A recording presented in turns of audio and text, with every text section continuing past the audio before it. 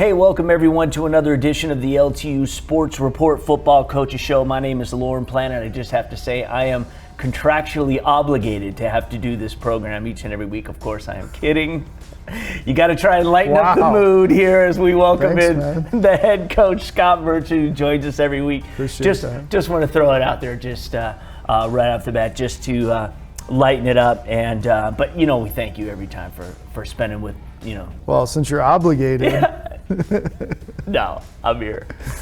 Would do this even if you didn't pay me, but I'm glad that you do. All right, no, such a difficult challenge for everyone this season. Obviously, we weren't quite sure what you were walking into. Clearly a tough job considering half the roster was new. Tons of young players had to step into starting roles that otherwise wouldn't have. Brand new coaching staff for those who were here as well as the new ones coming in. But of course, those are excuses. Every time you line up on the football field, you feel you have a chance to win. Now, certainly the Blue Devils have been in a lot of games before, for whatever reason, some of the wheels start to fall off a bit and the score gets beyond their reach. Tough road game this weekend. Concordia was playing their final home game in the program's history. But what was a tight first half, just a 4-point deficit, turned into a 31-10 defeat. Yeah. It's been a similar story in a lot of the games, you know. I thought we played well in the first half. We should have had way more than 10 points. Yeah. We got set up right at the end of the half on a Brody Snyder interception down on the 10. It's a 14-10 game at that point. We have an opportunity to get a touchdown or at least a field goal with under a minute to go and have some momentum going into the half. And we come away with 0 points in that situation. And that gives them momentum going in the half. They got the ball to start the second half. I think they went right down and scored. Yeah. So that's kind of been the story of the season. I mean, where we're at right now as a team, and I told this to the guys yesterday, it's not for lack of effort. Right. We have to execute at an almost 100% level to win these games right now.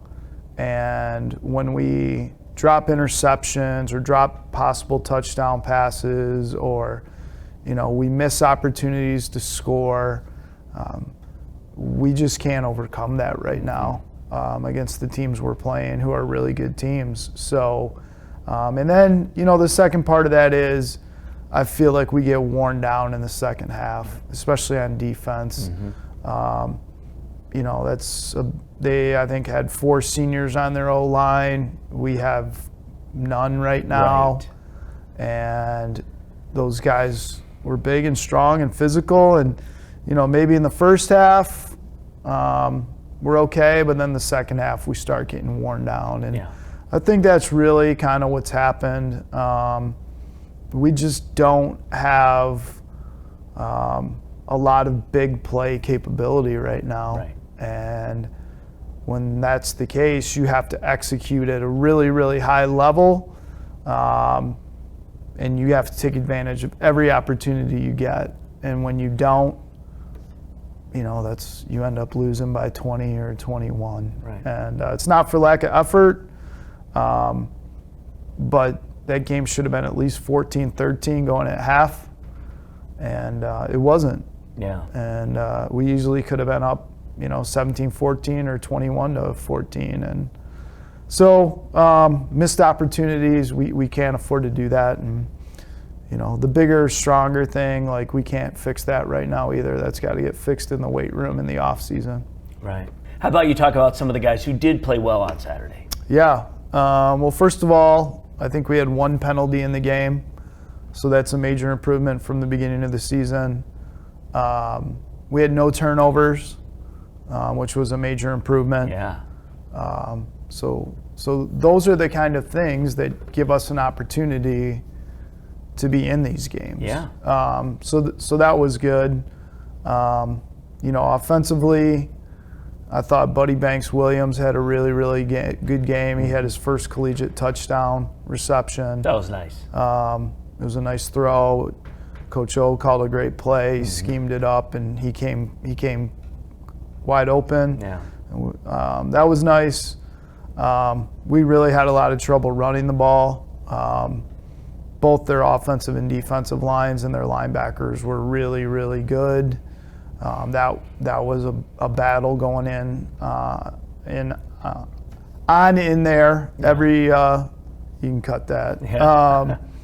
But Buddy on offense was probably the high point, and then on defense, Brody Snyder led us in tackles, and he had a great interception. And like I said, he took the ball down to their 10, and would have loved it if he scored.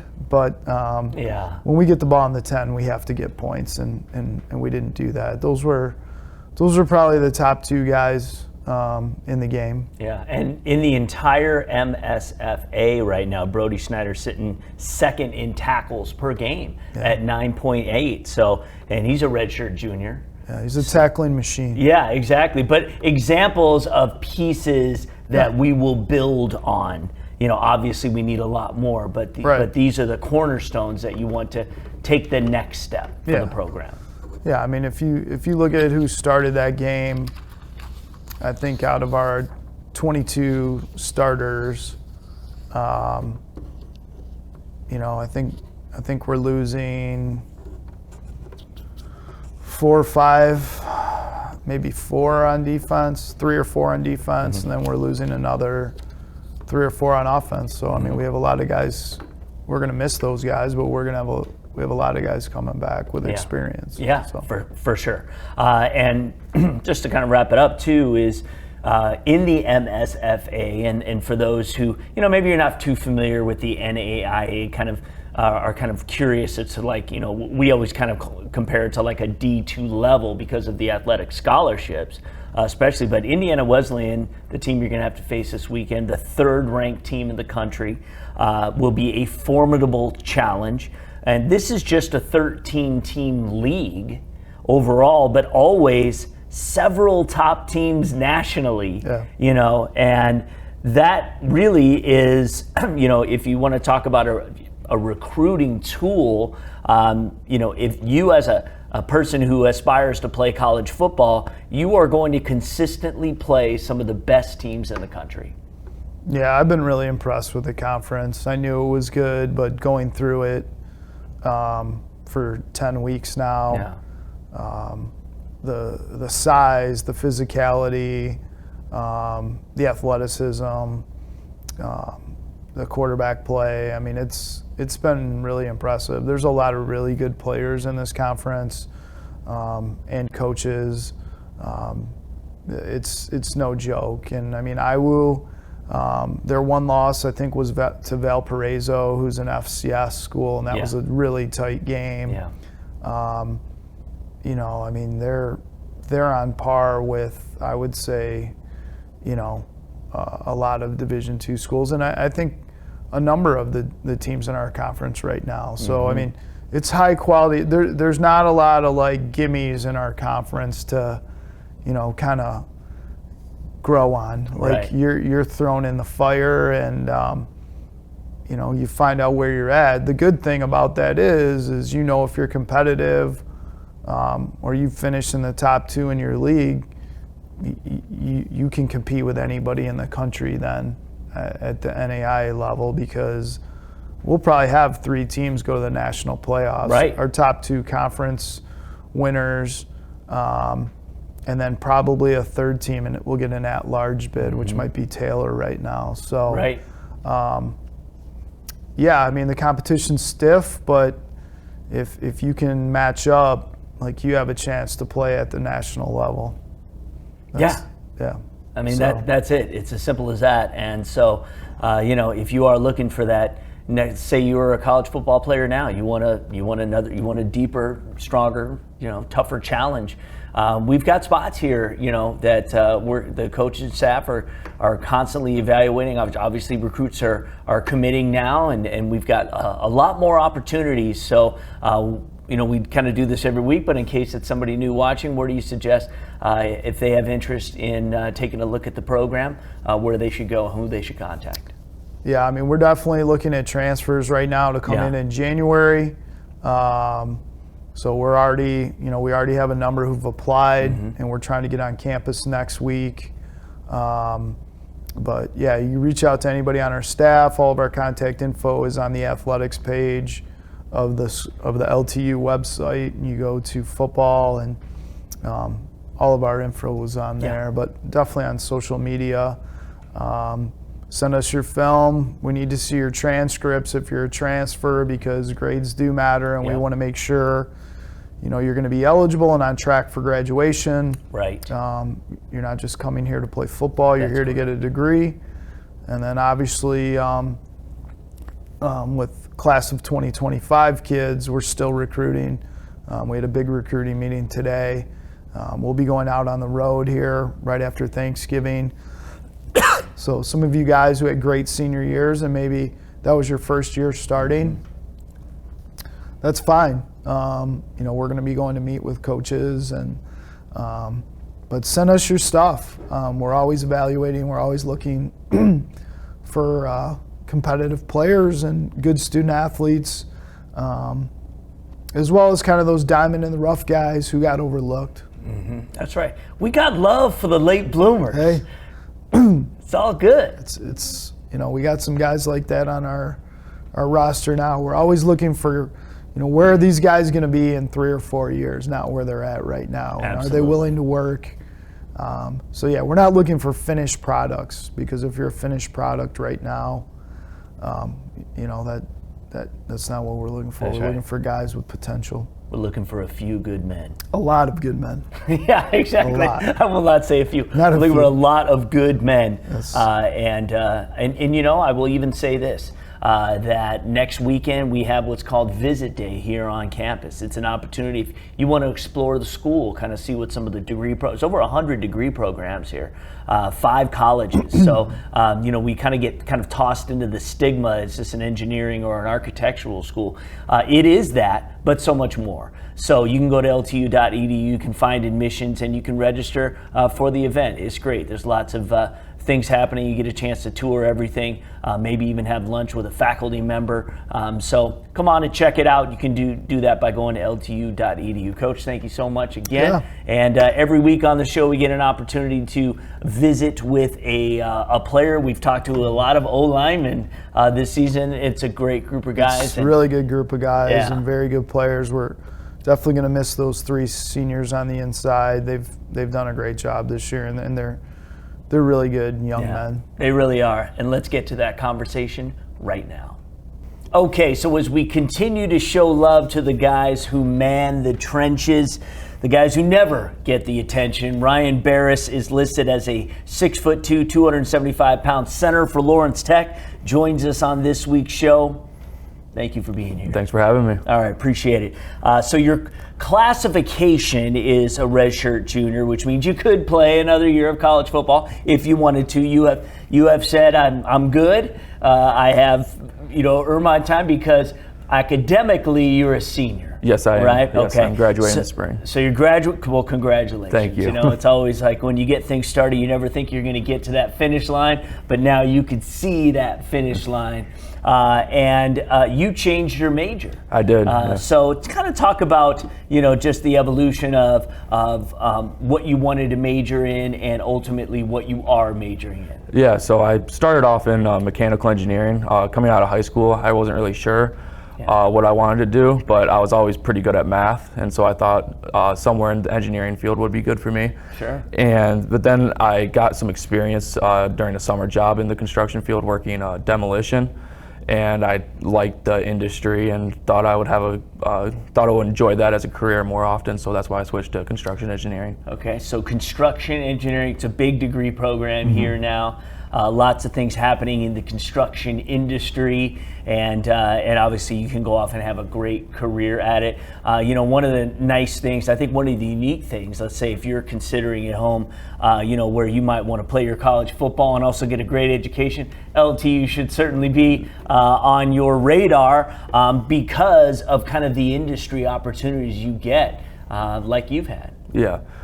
So a lot of the professors here work in the field, so they share their experience that they have from it. and then just the college is very well known in the field. I already set up for a full-time job when I graduate in the spring, so I'm pretty excited for that. Wow, so you've already had like an offer and they're just waiting for you to get that paper done. Yep. I had an internship over the last summer, and they offered a full-time job. Great. So. And where was that at? OHM Advisors. Okay. So Yep. where is that located? They have a bunch of different offices, Okay. but I'm going to be located in Ann Arbor. Okay. Yep. All right, so you're going to kind of get closer to home. So, and the reason I say that is you went to Chelsea High School, Yes, I did. which is a suburb basically of Ann Arbor, and you played football there. Now, were you on the 2021 team? The one that won the state championship. That was I was perhaps, not. you I were was not. You on had that. just graduated. I just graduated right. the year before. I Yep. thought so. I just Yep. wanted to make sure, Yep. because that's arguably the greatest high school football game, at least in a state championship ever. So for those of you who don't know, Chelsea was losing 45-17 in the third quarter. I'm sure you were there. Yeah, I was at the Ford Field. You were probably on the sideline. No, I was in the stands, Okay, but in yeah, the I was stands. watching it. So 45-17 in the third quarter. They went on to outscore Hudsonville Unity Christian 38-7 the rest of the game, and won 55-52. But you would have been on a team then, at least in like 2018, that got to the finals. Yeah, I was a sophomore. I was mostly played JV, but I got pulled up for the varsity run for the playoffs. So. Yeah, got to the state finals, but they lost, and but then also back-to-back state semifinals. Yes. River Rouge. Got so close every time. Just couldn't get by them. But what do you remember the most about that experience, just playing high school football? Just definitely some of the teammates that I had. High school is a little different than college, that you play with people that you grew up with, and definitely that team was just a family the whole time. And I feel like we just had like a strong connection with each other. Yeah, a lot of success too. Well, this year's obviously not gone as to what you would have liked. So many games were very close at times, but in the end, the final score is a lot more lopsided than we'd hoped for. But it's got to be, from a player's perspective, it just gets frustrating, for games that it seemed like at times you had in hand, and then all of a sudden they just get out of hand. Yeah, definitely. I feel like all the games we played were competitive at some point, but then it just seemed like we started to fall away at the end of all of the games. Yeah, and at the end of the day, as people try to kind of process this, and again, they're all life lessons. It's like one of these things, like when you get knocked down, you're going to get up again. And in the game of football specifically, people, at the end of the day, it's mano v mano, right? I mean, we had a lot of young players this season that have had to play a lot more than I'm sure the coaching staff would have wanted. I mean, you've played college football for several years now. As games progress and you're facing, sometimes 22, 23, sometimes 24-year-old men, and let's say, you're only 19, that is tough. And they'll wear you down. So would you say it's night and day in terms of size and strength compared to when you came into college?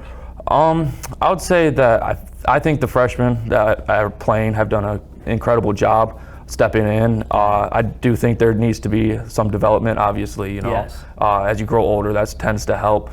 But I think they've done a great job with trying to match up physicality with some older players that could be 24 years old. Right. I mean, and I'm saying just for yourself, right? You, the person you are now, it's much different than you were coming in. Yeah, definitely. I came in around 260, and then I lost a lot of weight due to some health issues. And I came back and gained a lot more weight, and definitely have an easier time playing O-line now. It's all about leverage out there, right? Yes, exactly. Yeah, and you were in MSFA honorable mention a year ago, and as a redshirt sophomore. So, and I guess what I'm trying to get at is, would you say the struggle maybe right now be a blessing to some of these guys in the future, valuable experience that may translate into this team getting a whole lot better next year because they had a chance to play, now have a real good understanding of what it takes, and you've got to be in the trenches in order to understand what it takes. And so this off season, you got to eat right, you have to train, bigger, stronger, faster, that's the goal. Yeah, definitely. I think the experience this year is just going to help them in the long run because as you tend to develop, what you did when you were a little bit smaller, and now you can use that to your advantage as you get physically in a better spot. Yeah, and at the end of the day, just like you talked about in high school, where it's about relationships. I'm sure you've built a lot of friendships and guys who will, maybe be at your wedding someday, and things like that. I mean, at the end of the day, you guys really get close. So what has it been like just being a part of the pro? Even though you've seen a lot of, coaches and stuff come and go. A lot of faces though have stayed the same. Yeah, definitely. Some of my closest friends have been here all 4 years, and I'm just grateful to have have them through college, and they definitely helped me out throughout my football career, always keep me up and stuff. Yeah. So it's just been a great brotherhood. Right on.